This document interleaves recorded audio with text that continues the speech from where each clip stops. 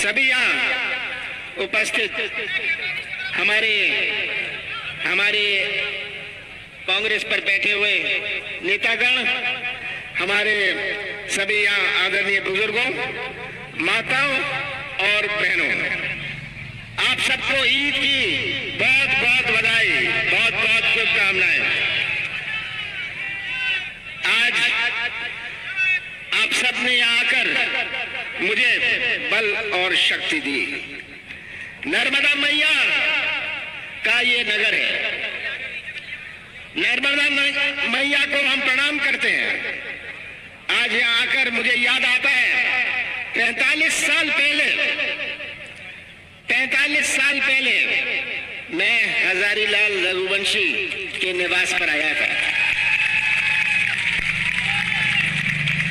तो सूनी मालवा और हजारीलाल रघुवंशी की जोड़ी थी और यहाँ आकर वो 45 साल पहले की याद करके मुझे अपनी भी जवानी याद आती है। मैं ये मत सोचिएगा कि मैं बूढ़ा हो गया हूँ, पर यहाँ बहुत सारी यादें आती हैं। बहुत सारे दौरे मैंने किए।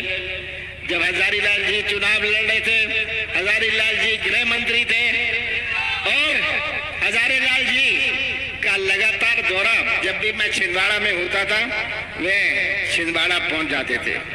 तो आज मैं हजारीलाल रघुवंशी जी को प्रणाम करता हूं, उनको याद करता हूं।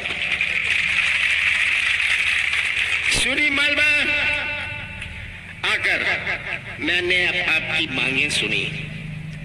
अभी पुष्पराज जी बता रहे थे, बुनियादी बातें बता रहे थे, सिंचाई की, पानी की, किसानों के साथ न्याय की। दिसंबर 2018 में कांग्रेस की सरकार बनी। मैंने मुख्यमंत्री का पद संभाला। 15 साल तक भारतीय जनता पार्टी का शासन था और कैसा प्रदेश मुझे सौंपा।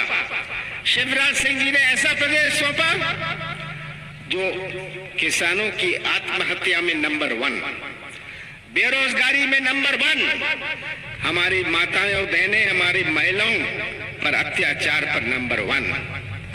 कौन सी चुनौती नहीं थी, कौन सी चुनौती मेरे सामने नहीं थी कि हम कैसे एक नई शुरुआत करें। हमारे प्रदेश की अर्थव्यवस्था कृषि क्षेत्र पर आधारित है। 70% हमारी अर्थव्यवस्था कृषि क्षेत्र पर आधारित है और मैं उस जिले में आया हूं जो हमारे प्रदेश के कृषि क्षेत्र की राजधानी है। इस क्षेत्र में मैं आया हूं। एक शुरुआत करी कि किसानों के साथ न्याय हुए। किसानों कृषि क्षेत्र में एक नई क्रांति आई। कर्जा माफ की योजना शुरू करी। 53,000 किसानों का कर्जा हमारे होशंगाबाद जिले में माफ हुआ। ये पहला किस्त था। केवल डिफॉल्टर किसान नहीं, पर चालू खाते वालों किसानों का भी कर्जा हमने माफ करना शुरू किया था पहले किस्त में। पूरे प्रदेश में 27 लाख किसानों का कर्जा माफ किया और बिजली का बिल हाफ किया।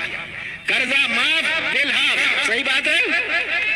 ये सब आपके सामने है, क्योंकि अगर हमारे कृषि क्षेत्र में मजबूती है, कृषि क्षेत्र में आर्थिक मजबूती है, तो उस परिवार का बच्चा अच्छी पढ़ाई कर सकता है, अच्छे कपड़े पहन सकता है। ये सूरी मालवा का बाजार जो चलता है, ये किसानों की जेब में जब पैसा होए तभी इस बाजार में रोशनी होगी, नहीं तो ये बाजार भी नहीं चल जाएगा। किराने की दुकान जो गांव में है, वो किराने की दुकान भी चलती है जब किसानों की जेब में पैसा होए। तो हमने एक शुरुआत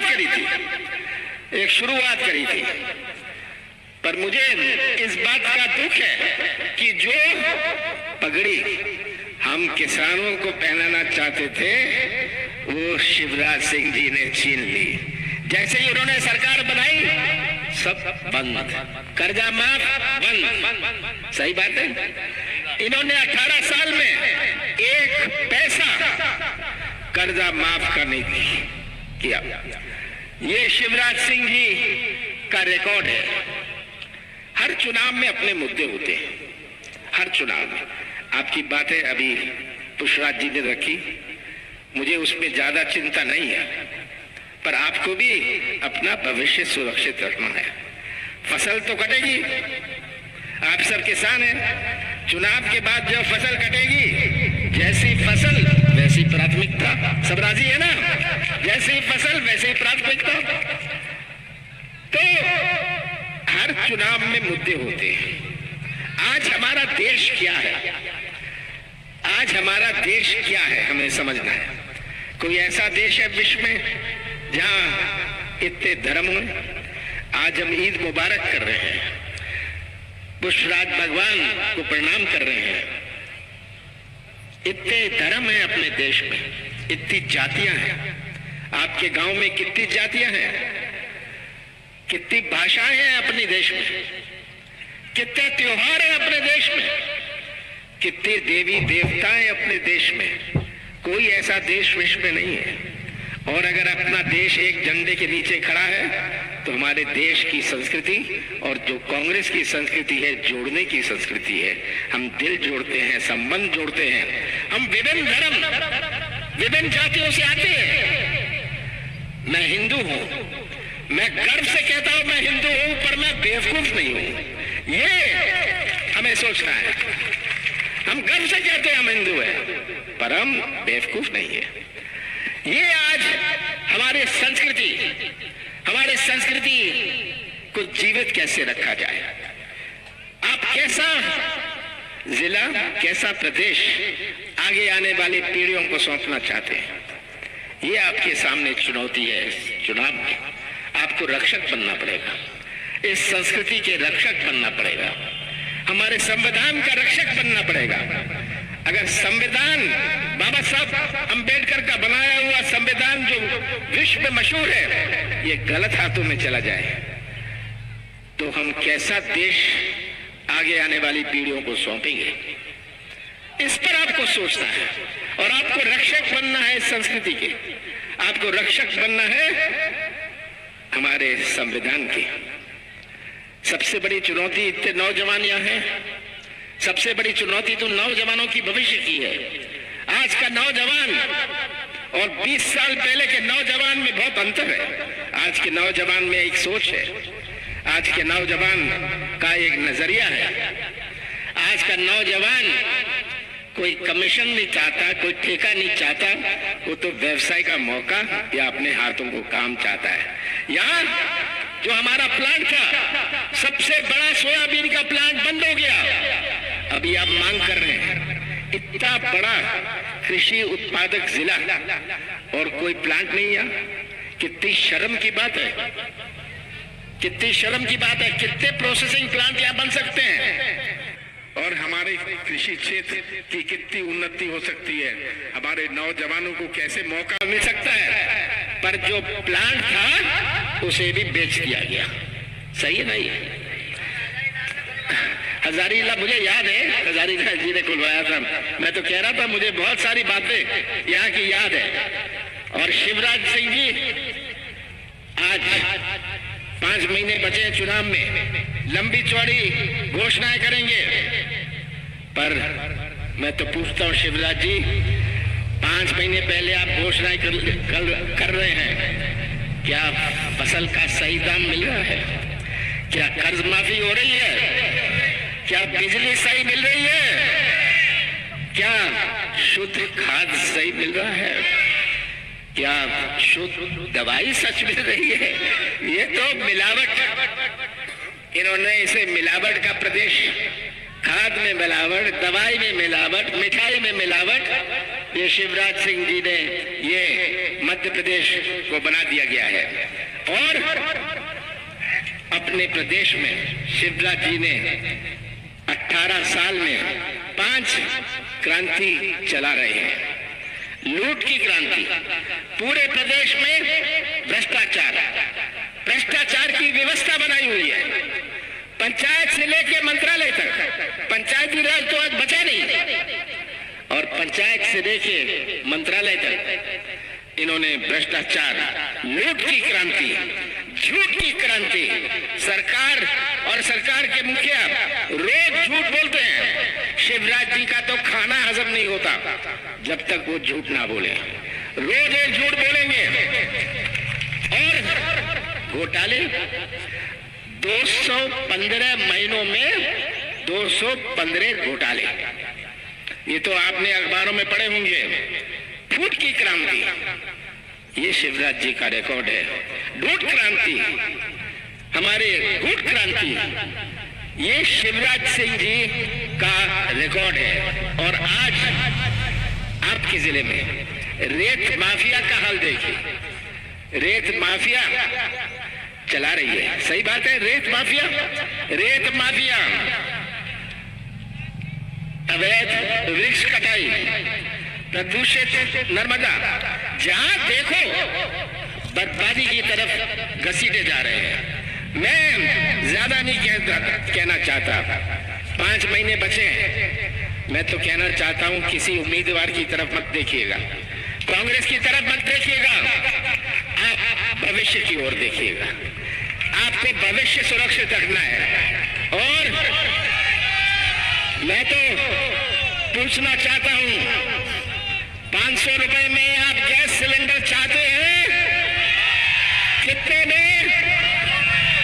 माता और बहनों को हर महीने 1500 रुपए चाहते हैं? किसान भाइयों का कर्जा माफ चाहते हैं? हम फिर से कर्जा माफ हम तो कर रहे थे, हमने तो कभी छोड़ा नहीं था। फिर से हम कर्जा माफ की योजना लाएंगे और किसानों का कर्जा माफ किया जाएगा। कर्मचारियों की पुरानी पेंशन, कर्मचारियों को पुरानी पेंशन और